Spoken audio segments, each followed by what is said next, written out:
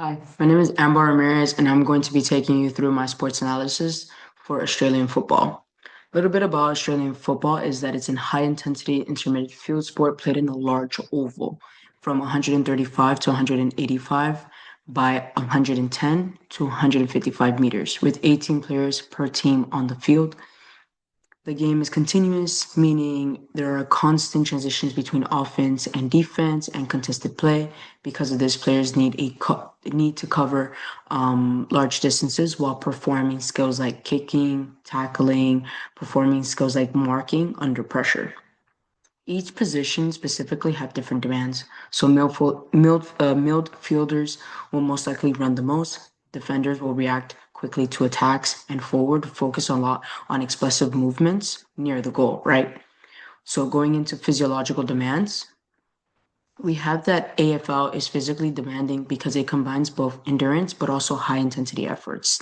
Players typically run about 11 to 14 kilometers per match, and the most of this is low intensity movement like jogging, for example. However, they also perform repeated bursts of sprinting and high speed running, which we'll talk a little bit about in a few moments, but heart rate stays around 80 to 90% of their max, which shows how physically taxing the game is.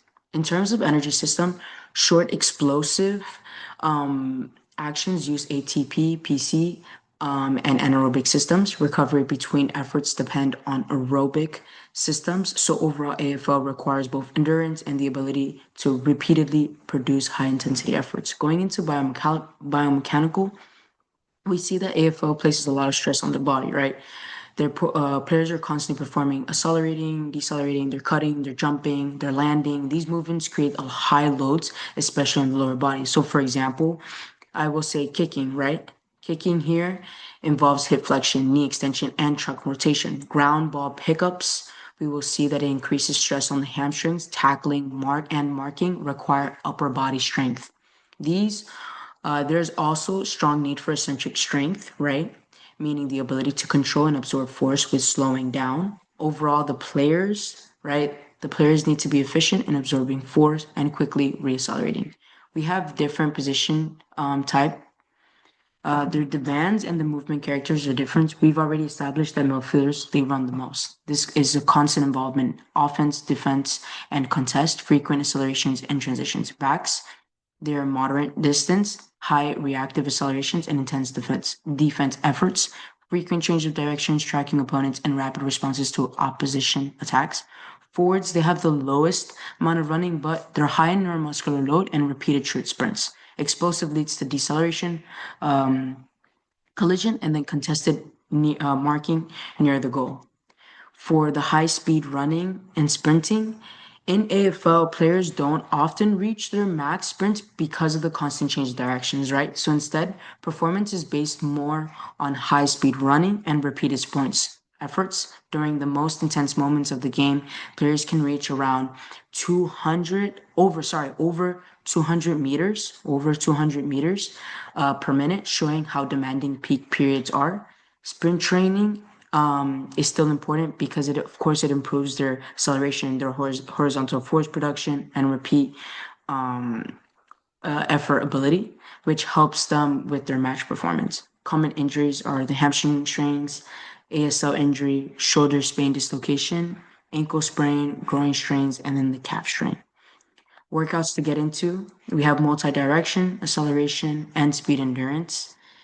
We have the 5-5-5, the 5-5, yeah, the 5-5-5 lateral shuffle, which we'll be doing shuffling 5 meters, planting the foot, and then shuffling back 5 meters, planting, and then reshuffling again 5 meters.